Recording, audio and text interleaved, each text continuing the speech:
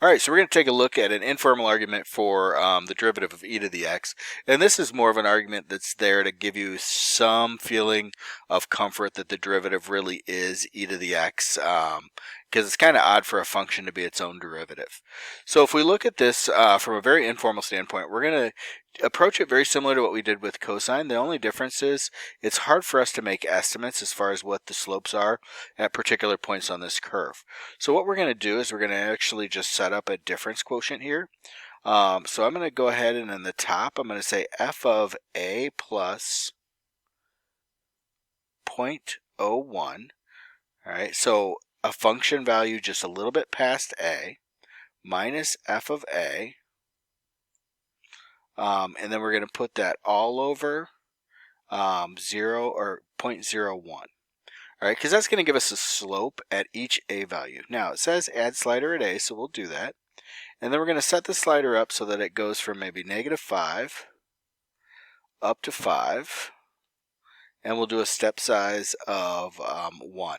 That should be more than enough for us to at least see some match here as we start looking at this. Alright, so I'm going to go back and I'm going to start here at -4. Alright, I'm going to plot a point for this. So this says when we're at -4, the derivative or the slope of the tangent line is approximately 0.0184. Alright, and I think that's going to be more than enough accuracy for us to start seeing a pattern here. Alright, when I go to -2, we'll jump up through here kind of quick. Alright, when I'm at -2, that difference quotient that we found said that the slope is going to be 0.136. And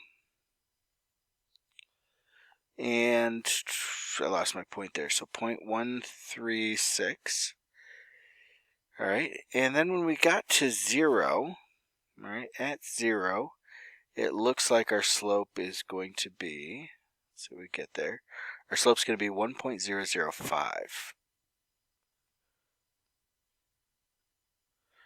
Alright, so we've got that plotted. And now let's go out to 2 and see what we get at 2.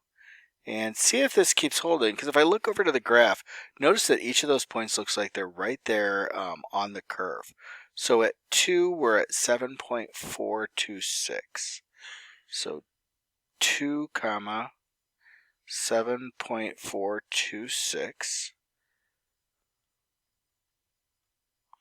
Alright, and we matched up again. So if I go out to 4, alright, when I'm out to 4,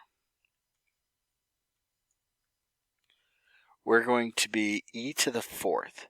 Alright, so we'd anticipate this being pretty close to e to the 4th. 2 to the 4th is 16. We're a little higher than that. So we'd expect it to be higher than 16 looking at it. So let's go up to our slider. And our slider takes us to a 54.872. Alright, so definitely in that higher range that we were talking about. So if we've got that, we've got 54.872. Let's see if that matches the curve here. So 54.872. All right, and it looks like I'm going to have to scale this down a little bit. And it looks like we land on it perfectly again. All right, so based on this quick look at the approximates and the difference quotients, it looks like we could probably make an argument that the derivative of e to the x is itself, because each of those points represents the slope of the tangent line at that value. All right, so again, this is an informal argument. You could go through a formal argument in proof with the limit definition, but we're going to need some skills that we won't learn until later on in the year. All right, I hope that helps give a basis for e to the x.